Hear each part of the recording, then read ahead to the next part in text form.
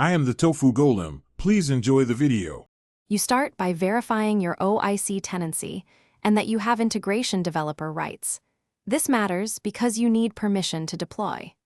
Next, open integrations, drag a JavaScript action into your integration flow, and link input and output fields to your schema so data maps cleanly. Use a small sample payload to test quickly and make sure the script editor shows the payload variables.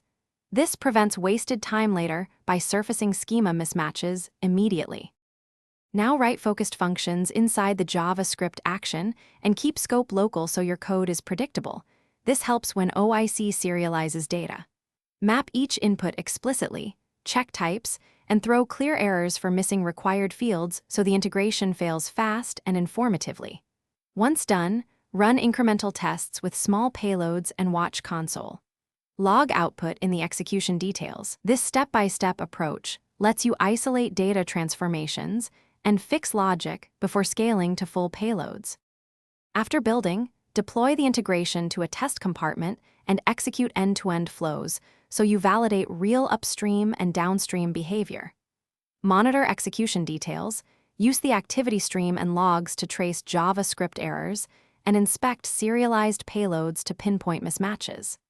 If you hit issues, roll back to the previous version and apply a targeted fix. Make sure to version your scripts and add defensive checks so future runs fail with clear diagnostics rather than silent, incorrect outputs.